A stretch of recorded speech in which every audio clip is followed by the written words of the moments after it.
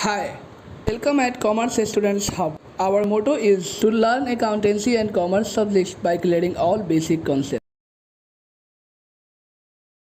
Today's topic is nature and significance of management. मतलब प्रबंधन के प्रकृति एवं महत्व के बारे में जानेंगे। Good morning my friends, welcome eight commerce students hub.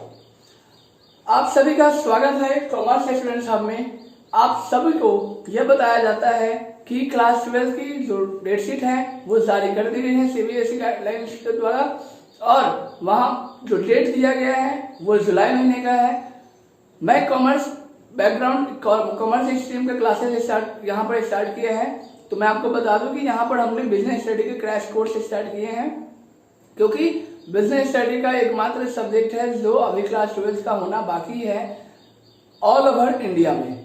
और प्लस अकाउंट्स और इकोनॉमिक्स जो नॉर्थ ईस्ट दिल्ली में रह गया था दंगा के कारण, वो भी है।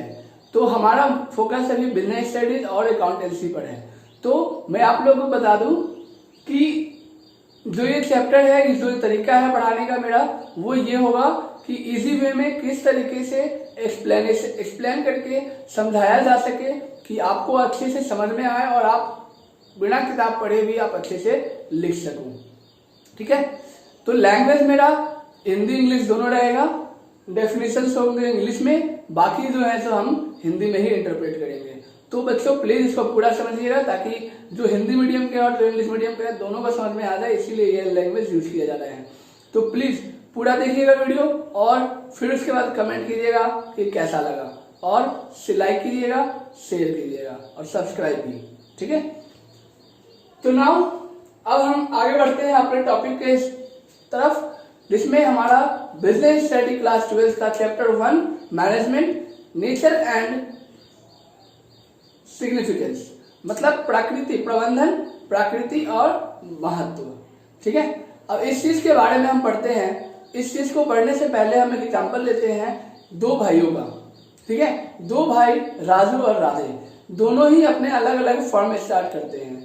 दोनों ही जब स्टार्ट करते हैं तो अच्छे से सोच कर तैयारी करते हैं कि मुझे क्या गोल अचीव करना है, कितने लोगों के साथ काम करना है, इसमें क्या क्या हमें मतलब कितने पैसे लगेंगे, कितना, मतलब हर चीज टाइमिंग वगैरह सब कुछ देखकर उन दोनों ने स्टार्ट किया।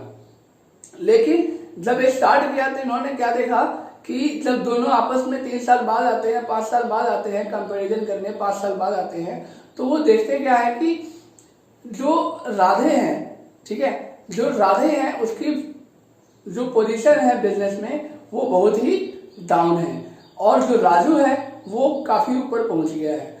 तो जब यह देखा गया कि ऐसा कैसे हो सकता है, क्योंकि दोनों ने पढ़ाई एक जगह से करी, ठीक है, दोनों ने नॉलेज एक जगह से पाया, दोनों की नॉलेज बराबर है। ठीक है, अब बात आती है कि क्या प्रैक्टिकल लाइफ में इन दोनों ने क्या किया। इन बातों पर सबसे बड़ा सवाल खड़ा होता है कि ऐसा क्या कारण है कि ये दोनों के बीच में इतना डिफरेंस, कि राजू जो है सो आगे बढ़ गया, बहुत ऊपर चला गया बिजनेस में, और राधे जो है वो बहुत ही नीचे है, डाउन में है। तो ऐसा क्या है?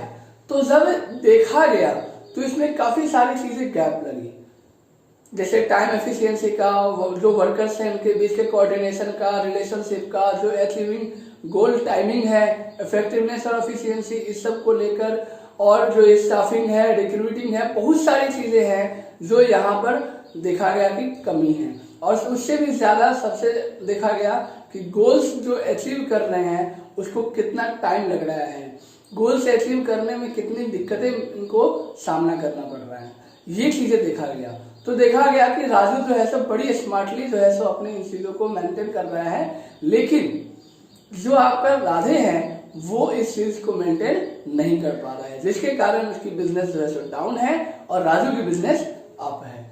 तो आज मैं आपको इस स्टोरी से बताना चाहता हूं कि क्या है मैनेजमेंट। ठीक है, क्यों मैनेजमेंट को ज्यादा इंपॉर्टेंस दिया जाता है किसी भी बिजनेस में। बिजनेस ही नहीं, ये मैनेजमेंट हर जगह काम करता है, चाहे आप किसी भी जगह चले जाओ, किसी भी बिजनेस, किसी इंस्टीट्यूशन में चले जाओ, किसी भी रिलीजियस प्लेस पे चले जाओ, किसी भी टेम्पल में चले जाओ, किसी भी आप घर में ही देख लो खुद ही, जहां पर मैनेजमेंट सही नहीं है वहां आप घर में भी देख सकते हो कि हमेशा लड़ाई वड़ाई होता रहता है, तो और कुछ घर ऐसे भी होते हैं जहाँ पर बहुत शांति रहती है और सभी खुशी से रहते हैं। तो ये सभी चीजें जो है सो रिजल्ट है किस चीज का, गुड मैनेजमेंट का। तो गुड मैनेजमेंट का बात हम यहाँ कर रहे हैं। तो मैनेजमेंट जो है आप यहाँ समझ सकते हैं कि कैसे इंपॉर्टेंस है, क्या है इसका नेचर, क्या है मैनेजमेंट, इस चीज के बारे में। ठीक है, आपको बता दो कि ह्यूमन नेचर होता है, ह्यूमन बिहेवियर जो है ना हमेशा चेंज होता रहता है। तो हम जो बिजनेस स्टार्ट किया, हम लोगों ने बातें करी, हम 5-10 लोग हैं, हम लोगों ने बातें करी, हम लोगों ने तैयार किया, एक प्रोजेक्ट तैयार किया, टाइम तैयार किया, समय तैयार किया कि हमें किस समय क्या काम करना है, कर तो लिया। लेकिन अब उस पर बहुत सारी चीजें होती है, डायरेक्टिंग का, कंट्रोलिंग का, चेकिंग का, हमेशा मतलब ध्यान रखने का, ये सब चीजें बहुत जरूरी होती हैं एक कंपनी में रेगुलर बेसिस पर करते रहना, क्योंकि यह एक प्रोसेस है। ठीक है, तो अब यहाँ पर जो देखा गया मैनेजमेंट के लिए, तो ये जो होता है हमारा जो बातचीत होता है, गोल जो बीच में हम सब समूह में एक साथ बैठ के बातें करते हैं। ठीक है, तो क्या सभी को काम बांट दिया जाता है, लेकिन यहाँ पर दिक्कत ये होता है कि इसमें गाइड करने वाला कोई नहीं होता है। सभी को काम तो बांट दिया जाता है, पर गाइड कौन करेगा, इसे कंट्रोल कौन करेगा, इसे डायरेक्टिंग कौन देगा इन्हें। ठीक है, सब अपने आप में तो काम करेंगे नहीं। एक ऑनर जिसने बिजनेस स्टार्ट किया, क्या वो सारा काम कर लेगा खुद, क्या वो मैनेजमेंट कर लेगा, नहीं, उसके भी अपने कामें होंगी। तो यहाँ पर देखा जाता है मैनेजमेंट की कितनी वैकेंसी है, मतलब कितना इसका जरूरत है। तो इसके लिए एक प्रभावी व्यक्ति का होना जरूरी है। एक प्रभावी मतलब होता है वह व्यक्ति जो हर चीज को हैंडल कर सकता है सिचुएशन बेसिस पर। मतलब वो व्यक्ति हर डिपार्टमेंट को कंट्रोल कर सकता है, डायरेक्टिंग कर सकता है, कंट्रोल कर सकता है। जैसे आप स्कूल में देख लीजिए, आपका कोई स्कूल खुला हुआ है, ठीक है, अब आप एक स्कूल में एक प्रिंसिपल अपॉइंट कर देते हैं। वो प्रिंसिपल क्या करता है, वो कंट्रोल करता है पूरी स्कूल को। अगर प्रिंसिपल ढीला रहा तो पूरा स्कूल जो है सो उसकी मैनेजमेंट ढीला पड़ जाएगा। वैसे ही एक फर्म में भी होता है कि अगर जो आपने एम्प्लॉय मैनेजर नाम की जो मैनेजमेंट जो आपने इसमें एम्प्लॉय किया है, रिक्रूट किया है मैनेजर को, अगर वो ढीला है तो आपका फंड का जो मैनेजमेंट है वो भी ढीला हो जाएगा। ठीक है, तो यहाँ पर ये देखा गया मैनेजमेंट क्या चीज है। तो मैनेजमेंट एक कंटिन्यूअस प्रोसेस है जो चलता रहता है, वो हमेशा चेक करता रहता है, डायरेक्ट करता रहता है, कंट्रोलिंग करता रहता है किसी भी वर्क को, जिससे कि जो काम है, जो हमारा गोल है, वो एफिशिएंट मैनर और इफेक्टिव मैनर में कंप्लीट हो सके। इस चीज को देखकर जिसकी डेफिनेशन तैयार की गई, जिसका डेफिनेशन बताया गया, management refers to the process of conducting a set of functions, planning, organizing, staffing, directing and controlling to get the work done in an efficient and effective manner. मतलब कि जो मैनेजमेंट है वो किस चीज को बताता है। मैनेजमेंट कहता है कि यह एक ऐसा प्रोसेस है जिसमें एक सेट ऑफ वर्क होता है। वो सेट ऑफ मतलब होता है कि बहुत सारे वर्क हैं मैनेजमेंट के अंदर, और वो वर्क क्या है, वो है आपका सबसे पहला प्लानिंग, उसके बाद है ऑर्गेनाइजिंग, फिर उसके बाद है आपका स्टाफिंग, फिर उसके बाद है डायरेक्टिंग और फिर कंट्रोलिंग। ये 5 कामों का सेट है मैनेजमेंट, और ये इसीलिए किया जाता है ताकि जो काम है हमारा, जो गोल है, वो एफिशिएंट और इफेक्टिव मैनर में, मतलब कुशल पूर्वक और प्रभावी ढंग से ये काम को हम अचीव कर पाए, ये लक्ष्य जो है हमारा हम उसको अचीव कर पाए। तो हम इन 5 के बारे में, ये 5 जो है सो मैनेजमेंट का फंक्शन है।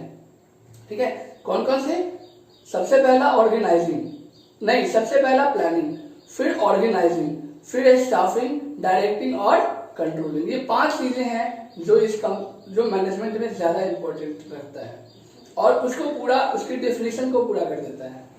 अब इधर देखेंगे E.W. टेलर, इन्होंने डिफाइन किया मैनेजमेंट को कि management is the art of knowing what do you want to do and the seeing that they do it in the best and cheapest way. मतलब मैनेजमेंट एक कला है, मैनेजमेंट एक art है, जिसमें हम यह जानने की कोशिश कर रहे हैं कि हमें क्या चाहिए, हमें क्या चाहिए और उस काम को कैसे बेस्ट मतलब अच्छे से और चीपेस्ट मतलब सस्ता में कैसे कंप्लीट कर सके, ये चीजें। तो अब यहां पर देख लिया कि what do you want to do और and the seeing that they do it, मतलब आप क्या करना चाहते हैं और आप क्या देखना चाहते हैं कि वो क्या कर रहे हैं, उसका रिजल्ट क्या है। इस चीज को यहाँ पर क्या कहा गया है, इस चीज को अच्छे तरीके से हैंडल करना ही हमारा मैनेजमेंट का आर्ट है। ठीक है, तो किसी भी बिजनेस चाहे वो छोटा हो या बड़ा, हर चीज में एक मैनेजमेंट का काफी बड़ा रोल होता है। ठीक है, और इस चीज को समझने के लिए हमें जानना जरूरी है कि सबसे पहले ऑर्गेनाइजिंग क्या, प्लानिंग क्या होता है और फिर उसके बाद ऑर्गेनाइजिंग क्या है। प्लानिंग क्या है, प्लानिंग क्या होता है कि एक नियोजन, प्लानिंग का हिंदी होता है नियोजन, मतलब हम प्लानिंग करते हैं कि हमें करना क्या है। ठीक है, मतलब हम अपना गोल डिसाइड करते हैं, अपना गोल अचीव करने का एक तरीका हम डिसाइड करते हैं, प्लानिंग करते हैं फुल फ्लेश। आप देखते होंगे कंपनी में भी जब कोई नया प्रोजेक्ट स्टार्ट होता है तो सबसे पहले क्या किया जाता है, प्लानिंग किया जाता है। प्लानर मैनेजमेंट होता है वहां पे, प्लानिंग मैनेजमेंट, वो क्या करता है, प्लानिंग करता है कि हम इस प्रोजेक्ट को कैसे लोगों के सामने दिखाएं, शो आउट करें। ठीक है, जिससे कि हम अपने गोल को प्राप्त करने में अच्छे से मतलब आसानी से अच्छे तरीके से सहज रूप से हम गोल को प्राप्त कर सके, इन चीजों को वो देखता है। तो जो प्लानिंग कमेटी होती है, प्लानिंग जो डिपार्टमेंट होता है, वो देखता है बहुत सारी चीजों को कि किस, अगर हम ये काम कर रहे हैं तो उसके डिसएडवांटेज और एडवांटेज, ये दोनों चीजें देखता है। मतलब कि जब हम काम कर रहे हैं तो क्या ये हमारे फर्म के लिए, हमारी जो हमारे एबिलिटी के अंदर है या नहीं है, ये चीजें देखता है। क्या ये चीपेस्ट है या कॉस्टली है, ये चीजें देखता है। क्या जो वर्कर्स हमारे पास हैं वो इसके लायक हैं कि वो काम पूरा कर सके या ना कर सके, इन चीजों को देखता है। एनवायरमेंट को देखता है, मार्केटिंग एनवायरमेंट, फिर और बिजनेस में जो पीपल का बिहेवियर, कस्टमर बिहेवियर, इन सभी चीजों को देखने के बाद एक प्लानिंग कमेटी जो है सो एक तैयार होती है एक प्रोजेक्ट के साथ कि हम क्या करें। ठीक है, तो सबसे पहला काम क्या होता है, प्लानिंग का। अब इसके बाद किया जाता है ऑर्गेनाइजिंग। ऑर्गेनाइजिंग मतलब हमने प्लानिंग तो फिक्स कर ली कि हमें करना क्या है, अब काम है, अगला जो स्टेप है वो है ऑर्गेनाइजिंग का। ऑर्गेनाइजिंग क्या होता है, ऑर्गेनाइजिंग एक प्लेटफॉर्म है, ऑर्गेनाइजेशन समझ लीजिए उसको आप, मतलब एक ऑर्गेनाइजेशन क्रिएट करते हैं उस प्लानिंग को पूरा करने के लिए। ठीक है, तो ऑर्गेनाइजेशन जो हम तैयार करते हैं वो उसका जो ऑब्जेक्टिव होता है वो देखा जाता है कि एक फर्म पॉइंट ऑफ व्यू से कि फर्म की ऑब्जेक्टिव क्या है, इसके बाद जो एम्प्लॉयज या वर्कर्स जो काम कर रहे हैं उसकी पॉइंट ऑफ व्यू क्या है, और जो मैनेजर है उसकी पॉइंट ऑफ व्यू क्या है। तो इस तीनों को देख कर ही क्या किया जाता है, डिसाइड किया जाता है कि हम किस तरह का ऑर्गेनाइजेशन और किन लोगों को साथ में लेकर हम आगे बढ़ सकते हैं। तो ये एक प्लेटफॉर्म तैयार किया जाता है ऑर्गेनाइजेशन को लेकर। ठीक है, ये जो ऑर्गेनाइजेशन है इसको ये क्या करता है, एक प्लेटफॉर्म देता है कि सभी जो है तीनों व्यक्ति जो है अपना अपना गोल्स आसानी से और अच्छे तरीके से प्राप्त कर सके। ठीक है, फिर उसके बाद है जब हमने प्लानिंग कर ली, ऑर्गेनाइजेशन भी बना लिया, तो बस प्लानिंग करना और ऑर्गेनाइजेशन बनाना क्या यही काम है, यहाँ तक सीमित है? नहीं, बिल्कुल नहीं। इसके बाद जरूरी होता है कुछ वर्कर्स की, और उस वर्कर्स को के लिए हम क्या करते हैं, स्टाफिंग करते हैं। स्टाफिंग मतलब होता है यह प्रोसेस जिसमें हम लोगों को रिक्रूट करते हैं, उनकी स्किल्स को लेकर, उसकी स्किल्स को देखकर, उसकी जो क्वालिफिकेशन है उस बेसिस पर हम उसको क्या करते हैं, रिक्रूट करते हैं। मतलब उसको हम नौकरी देते हैं, अपनी नौकरी में रखते हैं और अपने साथ उसकी भी जो डिमांड है उसको पूरा करने की कोशिश करते हैं। तो यहाँ पर प्लानिंग कर लिया, ऑर्गेनाइजिंग कर लिया और स्टाफिंग कर लिया। स्टाफिंग मतलब क्या हो गया, समझ में आया कि हम क्या करते हैं, रिक्रूट करते हैं किसको, वर्कर्स को, एम्प्लॉय को, ताकि हम अपने गोल्स को आसानी से अचीव कर सके। क्योंकि ऑर्गेनाइजेशन खोलना ये हम अकेले खोल सकते हैं, लेकिन जो काम करना है वो हम अकेले नहीं कर सकते, वो और भी लोगों की जरूरत पड़ती है। इसके बाद आता है आपका डायरेक्टिंग। डायरेक्टिंग मतलब होता है दिशा देना। हमने स्टाफिंग तो कर लिया, अब उसको अगर हमने कोई रोल नहीं दिया कि उसे करना क्या है, तो स्टाफिंग करने का फायदा क्या है, वो तो हम अकेले भी कर लेते। तो यहाँ पर जितने भी एम्प्लॉयज हैं उनको गाइड करते रहना है टाइम बाय टाइम कि आप क्या काम करना है, आप क्या काम कर रहे हो, किस तरीके से कर रहे हो, ठीक है, इन सब चीजों को देखना। तो डायरेक्ट दिशा निर्देश देना होता है कि हम क्या काम कैसे करना है, उसकी ट्रेनिंग देना। बहुत सारी चीजें इसके डायरेक्टिंग के अंदर भी आता है। इसको हम बारी बारी से धीरे धीरे अच्छे से डिटेल में समझेंगे। फिर उसके बाद आता है आपका क्या, कंट्रोलिंग। कंट्रोलिंग क्या होता है कि हमने प्लानिंग भी कर लिया, ऑर्गेनाइजिंग भी कर लिया, स्टाफिंग भी कर लिया, डायरेक्टिंग भी कर लिया।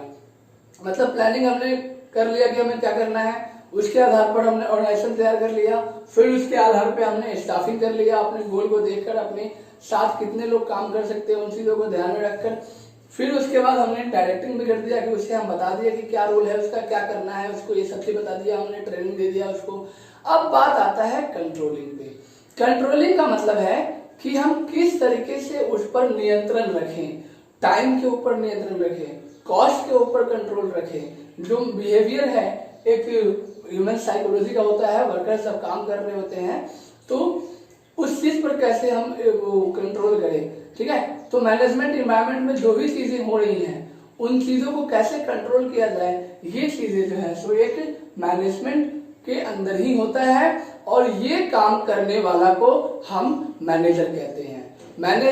Management, what does manager do, मतलब मैनेजमेंट क्या होता है, जो मैनेजर करता है, और मैनेजर क्या करता है, वो इन्हीं चीजों को करता है। ये 5 चीजें, क्या 5 चीजें हैं, planning, organizing, staffing, directing and controlling. यही फंक्शन भी, यही डेफिनेशन भी, और इसके हेल्प से वो अपने कामों को इफेक्टिव और एफिशिएंसी मैनर में कंप्लीट कर पाता है, ठीक है।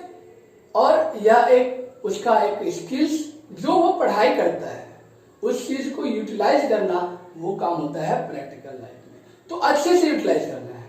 तो आपने देखा कि राजू और राधे में कितना डिफरेंस हुआ। वो डिफरेंस किसके कारण आया, ये मैनेजमेंट के कारण। तो राजू ने अपनी मैनेजमेंट अच्छे से करी, उसने लगा देखा कि मेरे से नहीं हो रहा है, तो उसने एक मैनेजर को एम्प्लॉय कर दिया, रिक्रूट कर लिया, और फिर उसको बता दिया कि भाई देख तुझे ऐसे ऐसे काम करना है, ठीक है। तो मैनेजर भी अपना उसके हिसाब से सब पर कंट्रोल करता रहा। मैनेजर 2 चीज होना चाहिए, एक तो अपने आप में स्ट्रिक्ट होना चाहिए, और प्लस वो इफेक्टिव भी होना चाहिए, और फिर हेल्प सपोर्टिव भी, कोऑपरेटिव भी होना चाहिए। अगर इस तरीके का मैनेजर नहीं है तो आपको फर्म को अप करने में, आप अगर कोऑपरेटिव नहीं है, आप सिर्फ स्ट्रिक्ट हैं, मतलब आप किसी भी तरीके से चाहते हैं कि ये काम होना है तो होना है, बाकी लेबर्स वर्कर्स के फीलिंग्स पे आपको कोई मतलब नहीं है, वो किस तरीके किस परेशानी से गुजर रहे हैं इसका कोई ध्यान नहीं है आपको। तो इस केस में क्या होगा कि एक बार के लिए आप अपना काम पूरा करवा लेंगे, लेकिन जब बात और आगे बढ़ जाएगा तो आप नहीं करवा पाएंगे। तो इसीलिए जरूरी होता है कि कोऑर्डिनेशन होना। तो यहाँ पर इन 3 चीजों जो मैनेजर के पास एक गुण होना चाहिए, वो खास करके वो ये चीज है कि वो एक इफेक्टिव होना चाहिए, प्रभावी होना चाहिए कि वो किसी को भी प्रभाव में ले ले अपने, ठीक है, और अच्छी एक स्ट्रिक्टनेस होना चाहिए उसके अंदर, ताकि वो कोई भी कंट्रोलिंग को आसानी से कर सके। अगर मान लीजिए कोई वर्कर है काम अच्छे से नहीं कर रहा, उसको निकालो, मतलब ये डिसीजन जो है, सेल्फ डिसीजन जो है वो ले सके, ऐसा मैनेजर होना चाहिए, ठीक है। तो क्या किया, राजू ने अपने मैनेजमेंट को इस तरीके से हैंडल किया, जिसके कारण जो है वो क्या हुआ, राइज किया, अप हुआ, बिजनेस में उसका नाम हुआ। लेकिन जब बात राधे की आती है तो वहां पर वो फेल था, ठीक है। अब हम जानेंगे इसमें मैनेजमेंट की विशेषता क्या है, मैनेजमेंट का कैरेक्टरिस्टिक्स क्या है। कैरेक्टरिस्टिक्स ऑफ मैनेजमेंट मतलब प्रबंधन की विशेषताएं क्या होता है, मैनेजमेंट का गुण क्या होता है, ये चीजें हम पढ़ेंगे कि मैनेजमेंट जो है वो कैसा होता है, ये चीजें हम पढ़ेंगे, ठीक है। मैनेजर कैसा होता है वो नहीं, मैनेजमेंट कैसा होता है ये हम पढ़ेंगे, ठीक है। तो जैसे हम किसी व्यक्ति को देखकर, हम उसके साथ रहकर, उसके साथ बातचीत करके हम पता लगा पाते हैं कि वो व्यक्ति कैसा होगा, उसकी बातें सुनकर, उसके विचार को हम समझ जाते हैं, उसके साथ रहकर उसके रहने के तरीके को समझ जाते हैं, उसके साथ खेलने की तरीका समझ जाते हैं। उसी तरीके से जब हम किसी कंपनी में जाते हैं और जॉब करते हैं या फिर उसके साथ हम कुछ रिसर्च करते हैं तो हमें पता चलता है कि जो उसके अंदर जो मैनेजमेंट है उस मैनेजमेंट की क्वालिटी क्या है। तो सबसे पहली बात हम पता करते हैं मैनेजमेंट की क्वालिटी। तो सबसे पहला है कि मैनेजमेंट जो होता है एक गोल ओरिएंटेड होता है। गोल ओरिएंटेड मतलब मैनेजमेंट का जो स्टार्टअप होता है वो कैसे होता है, लक्ष्य को निर्धारण करने के बाद, मतलब जो उद्देश्य है उसकी उद्देश्य प्रधान प्रक्रिया, मतलब मैनेजमेंट करेगा किस चीज का, कोई कारण होना चाहिए ना किसी चीज के ऊपर। हम जब मैनेजमेंट कर रहे हैं तो उसका कोई कारण होना चाहिए। अब जैसे मुझे स्टाफिंग करना है, मतलब रिक्रूटमेंट करना है, तो उसकी भी एक मैनेजमेंट होती है कि क्या मैनेजमेंट, मतलब जब हम स्टाफिंग करने जाएंगे, जब हम किसी का इंटरव्यू लेने जाएंगे तो वो जगह कौन सा होगा, वहां पर क्या क्या चीजें होनी चाहिए, कि रूम कैसा होना चाहिए, कितना बड़ा होना चाहिए, कितने लोग होने चाहिए वहां पर स्टाफिंग करने के लिए, क्या क्वेश्चन पूछना है, क्या हमारा बिहेवियर होना चाहिए वहां पर। इन सभी चीजों को वहां पर देखा जाता है कि मैनेजमेंट यहां भी कैसे कर रहा है काम। ठीक है, जब हम बात कर रहे हैं लोगों से तो कैसे बात कर रहे हैं, इन चीजों को देखा जाता है। सामने वाले से जब बात कर रहे हैं उससे हम मैनेजमेंट के क्वेश्चन पूछ रहे हैं तो ये देखते हैं कि वो कैसा क्वेश्चन दे रहा है, रिप्लाई कर रहा है, और क्या उसको कोई परेशानी तो नहीं हो रही है बैठने में, चाहे कोई पानी पीने में, चाहे कुछ भी किसी भी तरीके का प्रॉब्लम हो, कोई परेशानी तो नहीं है। इन चीजों को भी देखा जाता है मैनेजमेंट में। तो आप देख रहे हैं कि मैनेजमेंट, अब हमने स्टाफिंग का एक गोल ले लिया ना, एक उद्देश्य हो गया कि हाँ मुझे स्टाफिंग करना है, तो उसके लिए क्या क्या काम करना पड़ेगा ये चीज हम डिसाइड कर लिए। ठीक है, तो यह एक मैनेजमेंट के अंदर ही तो आया कि हम कैसे उसको डायरेक्ट करेंगे, कैसे लोगों को कंट्रोल करेंगे, कैसे। सबसे पहले कि हम प्लानिंग की है मैनेजमेंट में कि हमें स्टाफिंग करने जाना है तो क्या क्या होना चाहिए वहां पर, कैसे होना चाहिए, क्या बातें, क्या क्वेश्चन है, ये सब करना है। फिर ऑर्गेनाइज करना है। ऑर्गेनाइज मतलब हमें लोगों को क्या करना है, जो रिक्रूटमेंट लेगा उस चीज का एक प्लेस, एक फॉर्म तैयार करना है जहां पर कि सिर्फ और सिर्फ रिक्रूटमेंट होगा, वो चीजें।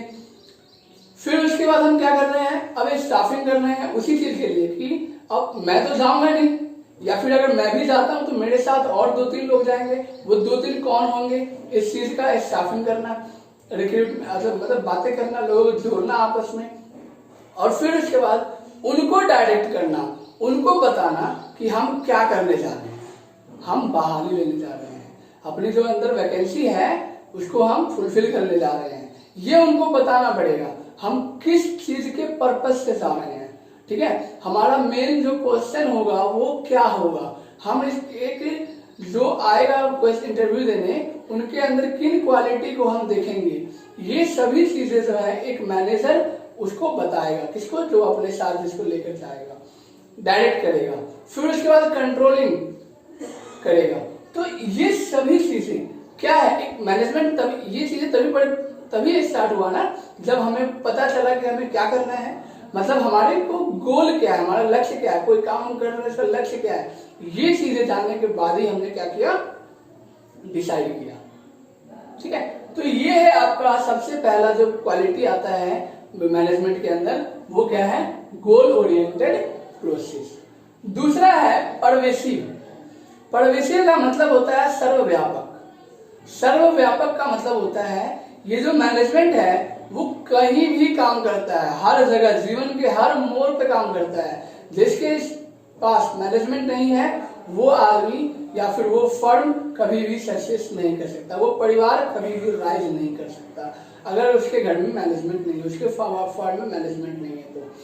तो ये चीजें, एक व्यक्ति, एक इंडिविजुअल अगर उसके अंदर भी मैनेजमेंट नहीं है, मैनेजमेंट की in the sense time management हो गया, वर्क मैनेजमेंट हो गया, ये सभी चीजें जो है अगर नहीं है तो वहां पर आपको दिक्कत करेगा। ठीक है, तो इसीलिए कह रहा है कि मैनेजमेंट जो है वो सर्वव्यापी है, ये कहीं भी यूज कर सकते हैं मैनेजमेंट। ठीक है, मैनेजमेंट को हम अगर रिजल्ट अच्छा लाना है तो हम कहीं भी इसका उपयोग कर सकते हैं।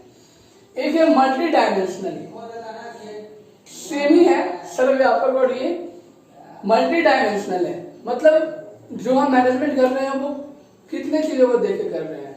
तो काफ़ी सारी चीज़ें हैं, जिसमें से 3 चीज़ें हैं। Management of work, management of work, management of work का मतलब है कि हम काम जो हमने डिसाइड किया है, जो उद्देश्य हमारा जो है, उस पर काम कैसे करना है, इस चीज का मैनेजमेंट। उसके बाद है मैनेजमेंट ऑफ पीपल, मतलब लोगों पे मैनेजमेंट। अब काम तो हमने डिसाइड कर लिया क्या करना है, कैसे करना है, ठीक है, और क्यों करना है, पर अब क्या सोचना है कि जो लोग इस पर करेंगे काम, उसको कैसे मैनेज किया जाए, उसे कैसे इंटरेक्ट किया जाए, उसको कैसे इस काम के लिए तैयार किया जाए, इस चीज का मैनेजमेंट करता है, ठीक है। उसके बाद आता है management of operation. Management of operation मतलब वही गोल, कि हमने जो सोचा है उस ऑपरेशन को कैसे पूरा करना है, ठीक है। ये चीजें आते हैं मैनेजमेंट ऑफ ऑपरेशन में। तो ये था management is a multi dimensional, प्रबंधन एक बहुआयामी है। इसका हम इन 3 लेवल पर हम यूज करते हैं। क्या क्या है 3 लेवल? वो है management of work, management of people और फिर मैनेजमेंट ऑफ ऑपरेशन। फिर आता है कंटिन्यूअस प्रोसेस। मैनेजमेंट क्या है? एक कंटिन्यूअस प्रोसेस है। कंटिन्यूअस प्रोसेस मतलब होता है सतत प्रक्रिया, मतलब ये हमेशा चलते रहने वाला प्रोसेस है, कहीं ये रुकेगा नहीं। अब मैंने बताया ना आपको कि सबसे पहले जो मैनेजमेंट, मान लो कोई कंपनी हमें स्टार्ट करना है, सबसे पहले क्या करेंगे? हम प्लानिंग करेंगे, उसके बाद ऑर्गेनाइजिंग करेंगे, मतलब कि उसके बाद हम क्या देखेंगे कि हमारा लैंड, हमारे साथ क्या क्या कितने लोग होने चाहिए, मतलब अपने जो लक्ष्य है, एक ऐसे मतलब कुछ ऐसे लोगों के साथ मिलकर जिनका लक्ष्य मेरे जैसा हो, मतलब कि मैं जो चाहता हूँ वही उनका भी लक्ष्य हो, तो उस केस में ऑर्गेनाइजेशन होता है। फिर उसके बाद आपका स्टाफिंग है, उसके बाद डायरेक्टिंग और कंट्रोलिंग, वही सेम चीजें हैं, ठीक है। तो ये चीजें जो है सो हमेशा चलते रहता है, क्योंकि एक काम खत्म होने के बाद किसी भी कंपनी का प्रोसेस खत्म नहीं हो जाता, वो काम जो है सो दोबारा क्रिएट होता रहता है। जैसे जैसे उसका, जैसे मान लो आपका प्रोडक्शन का काम है, ठीक है, आपने 100 यूनिट मैन्युफैक्चरिंग कर ली है, तो क्या वो 100 यूनिट मैन्युफैक्चरिंग करने के बाद दोबारा आपको नहीं करना है? करना है। अब देखोगे वो 100 यूनिट जो है, हमारा जो सामान है उसको हमने मार्केट में बेचा, तो मार्केट में उसका क्या मतलब किस तरीके का रोल रहा, क्या उसको कस्टमर ने ज्यादा प्रेफर किया, ये चीजें वहां पर देखना है। तो जब हम ये चीजें देखते हैं, क्या उसका ज्यादा डिमांड है, ये भी देखना है। तो जब हम देख लेंगे कि हाँ उसका डिमांड है, तो हम अपने ऑपरेशन को और बढ़ा देंगे, मतलब जहां पर हमने 100 यूनिट किया था वहां 500 यूनिट कर देंगे। तो क्या हुआ, अब जो हमारा नया गोल आ गया वो क्या हुआ?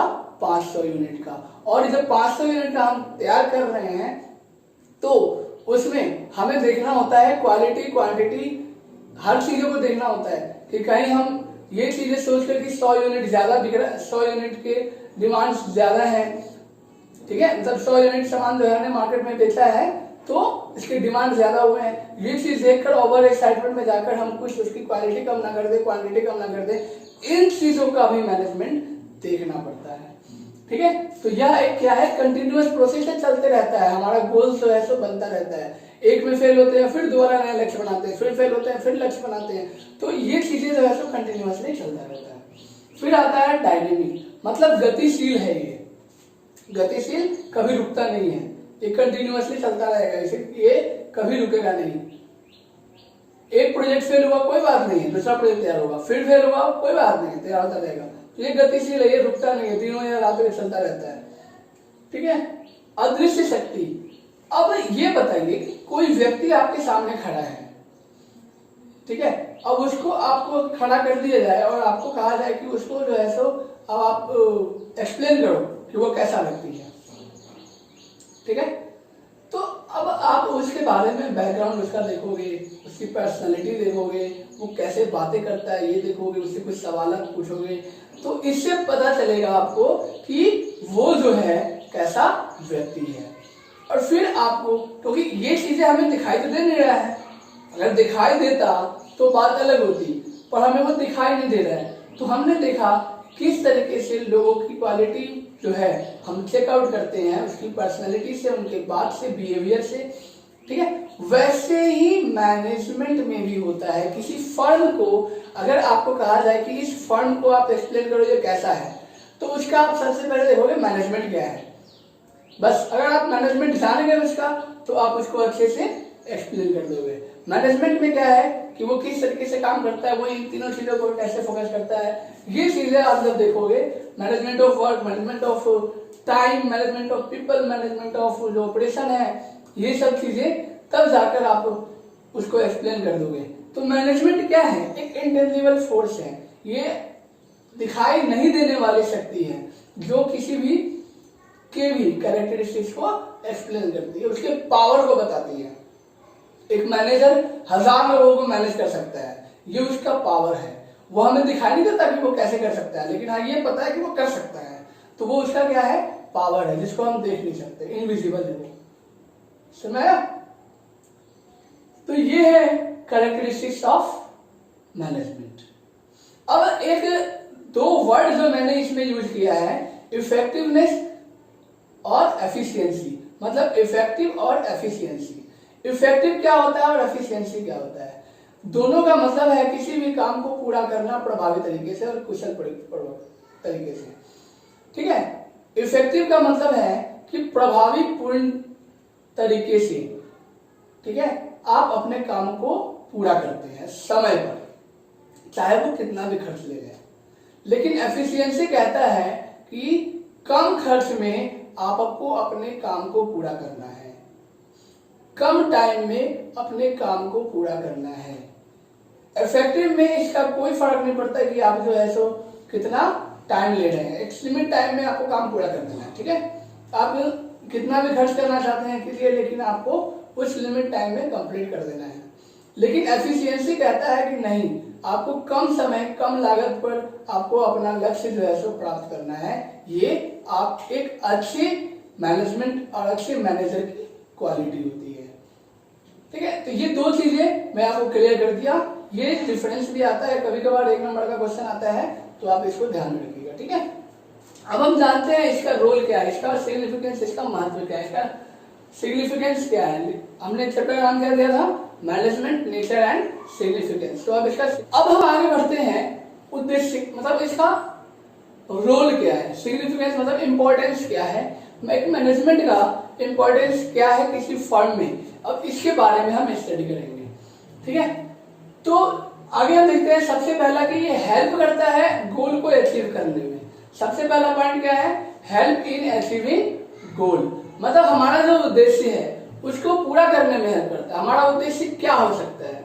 हमारा उद्देश्य एक किसी नए प्रोजेक्ट को लेके हो सकता है कि इसको अच्छे से अच्छे करना है।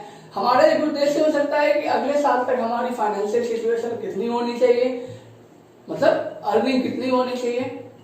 हमारा उद्देश्य हो सकता है कि हम अपनी कंपनी को अगले साल तक कितने और जगह मतलब शिफ्ट कर सके, और जगह इसके ब्रांचेस खोल सके। ये एक क्या होता है? गोल होता है। अब इस चीज को किस तरीके से अचीव किया जाए, ये चीजें जो है मैनेजमेंट में ही मैनेजमेंट से ही हो पाता है। ठीक है?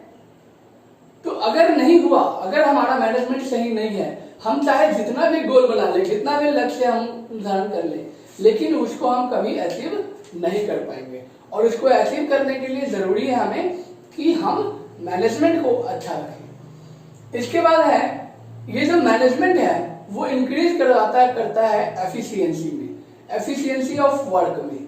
मतलब जैसे जैसे मैनेजमेंट अच्छा होगा, जैसे जैसे मैनेजमेंट अच्छा मतलब होता है मैनेजमेंट में जो मैनेजर है उसका लोगों के साथ जो बिहेवियर है वो कैसा है, उसने जो स्टाफिंग किया है, जो रिक्रूट किया है वो कैसे किया है।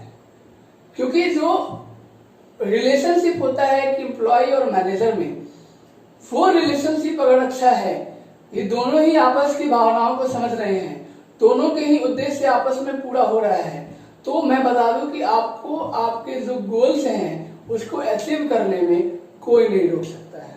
तो सबसे पहले कि आपको यह जानना जरूरी होगा कि आपके साथ जो काम कर रहा है क्या वो किसी परेशानी में, किसी दिक्कत में तो नहीं है।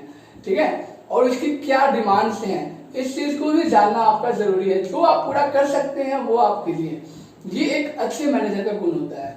तो ये चीजें क्या करती हैं? मैनेजमेंट और एम्प्लॉय के बीच का जो रिलेशनशिप है वो बढ़िया और स्ट्रॉन्ग कर देती है, जिससे मोटिवेशन लेकर जो एम्प्लॉय है अपना काम एफिशिएंसी रूप में करता है, मतलब कुशल पूर्वक करता है। ठीक है, मतलब कम समय में अच्छे कर देता है। ये चीजें जो है एनर्जी आ जाता है ना अंदर कि हम जल्दी से जल्दी इस पूरा वो करें ताकि हमारा भी गोल अचीव हो। जैसे मान लीजिए गोल अचीव का मतलब जैसे मॉनेटरी टर्म में कर दिया कि अगर तुमने इतना यूनिट अगर तुमने मतलब प्रोडक्ट कर दिया, जैसे 1000 यूनिट तुमने अगर प्रोडक्ट तैयार करके पैकिंग करके आपने रख दिया तो फाइनल दे दिया उसको रूप, तो आपकी बोनस, या फिर जो अच्छा करेगा उसको दिवाली का 1 महीने का बोनस फ्री। तो ये चीजें जो हैं, ये चीजें क्या करती है कि वर्कर्स को, एम्प्लॉयज को जो है सो अपना काम करने में मोटिवेटिंग एनर्जी पैदा करता है, जिससे कि दोनों का क्या हो जाता है, जो गोल्स हैं वो अचीव हो पाता है। तो फिर मैनेजमेंट में कोई दिक्कत नहीं होता है, काम जो है सो आराम से प्रभावीपूर्ण से चलता रहता है, इफेक्टिव और एफिशिएंसी वो चलता रहता है। इसके बाद है क्रिएट्स डायनामिक ऑर्गेनाइजेशन, मतलब जो मैनेजमेंट है वो एक गतिशील संगठन तैयार कर देता है। गतिशील संगठन मतलब होता है ये संगठन जो कभी ना रुके, मतलब बंद ना हो। तो उसका हर मैनेजमेंट जो है, मैनेजर का काम होता है कैसे एक काम खत्म होने के बाद फिर उसका अलग कोई ऑब्जेक्टिव गोल्स डिसाइड करे, ये मैनेजमेंट का काम होता है। कहां से काम को ढूंढे, ये मैनेजमेंट का काम होता है। और उस काम को ढूंढने के बाद लोगों को बताना, मतलब एम्प्लॉय को बताना, ये काम होता है मैनेजमेंट का। मैनेजमेंट मतलब मैनेजर, ठीक है, जो मैनेज करता है। इसके बाद अचीविंग पर्सनल गोल, मतलब 3 तरह के जो उद्देश्य हैं, सामाजिक उद्देश्य, संगठनात्मक उद्देश्य और व्यक्तिगत उद्देश्य। ये 3 उद्देश्य हैं। इन तीनों के अलग अलग अपने उद्देश्य होते हैं। इन तीनों मतलब जो आपने देखा क्या, स्ट्रक्चरल मतलब ऑर्गेनाइजेशनल जो ऑब्जेक्टिव होते हैं, पर्सनल ऑब्जेक्टिव्स और सोशल ऑब्जेक्टिव, इन ये तीनों के अपने अलग ही क्या होते हैं, गोल्स होते हैं। कोई भी व्यक्ति आपके साथ जुड़ता है, चाहे वो सोशल एलिमेंट हो, पर्सनली कोई आपके साथ जुड़ता है या ऑर्गेनाइजेशनली, तो ऑर्गेनाइजेशन का भी अपना एक ऑब्जेक्टिव होता है। पर्सनल जो एम्प्लॉय है जो आपके साथ जुड़ रहा है वो भी, उसका भी अपना एक ऑब्जेक्टिव होता है, या फिर मैनेजर जो है उसका अपना ऑब्जेक्टिव होता है। और सोसाइटी में आप हैं तो उसके भी डिमांड्स को पूरा करना आपका अपना ऑब्जेक्टिव होता है। सोसाइटी में वेलफेयर को बढ़ावा देना क्या होता है, आपका ऑब्जेक्टिव होना चाहिए। ठीक है, इस तरीके से यह भी मैनेजमेंट जो है हेल्प करता है इन तीनों के ऑब्जेक्टिव्स को पूरा करने में। फिर इसके बाद आता है कि जो मैनेजमेंट है वो हेल्प करता है डेवलपमेंट ऑफ सोसाइटी में, मतलब समाज के विकास में हेल्प करता है। कैसे? सोशल वेलफेयर स्कीम्स को लॉन्च करके, ठीक है, इंश्योरेंस को लॉन्च करके, जो कंपनी में काम कर रहे हैं वर्कर्स उनके इंश्योरेंस देकर, लाइफ इंश्योरेंस हो गया, और काफी सारी जो अलाउंस होते हैं वो देते हैं। आसपास के नेचर को किस तरीके से वहां की नेचर के इकोसिस्टम को बैलेंस रख सके, ठीक है, इन सब चीजों को भी ध्यान रखता है मैनेजमेंट, क्योंकि यह फर्म जो होता है वो एक आर्टिफिशियल पर्सन होता है जो एस्टेब्लिश किया जाता है सोसाइटी के बीच में। तो इस फर्म का भी अपना एक रोल होता है सोसाइटी में कैसे उसको डेवलप किया जाए, ठीक है, लोगों की आवश्यकता को पूरा करने में, लोगों की जो फाइनेंशियल कमजोरी है उसको पूरा करने में किस तरीके से ऐसा काम करें कि हम लोगों की जो दुख दर्द है उसको हम दूर कर सके, ये चीजें हैं। तो हमने आज क्या पढ़ा कि मैनेजमेंट क्या होता है, मैनेजमेंट की कैरेक्टरिस्टिक्स क्या है, इसके रोल क्या है, ठीक है, और एफिशिएंसी और इफेक्टिव में डिफरेंस पढ़ा। अगर आपको नहीं समझ में आया हो या फिर कोई भी प्रॉब्लम है तो प्लीज कमेंट सेक्शन में कमेंट करें, और प्लीज सब्सक्राइब कीजिए इस चैनल को, ताकि अगला जो भी टॉपिक आएगा सबसे पहले आपके पास इंफॉर्मेशन जाएगा।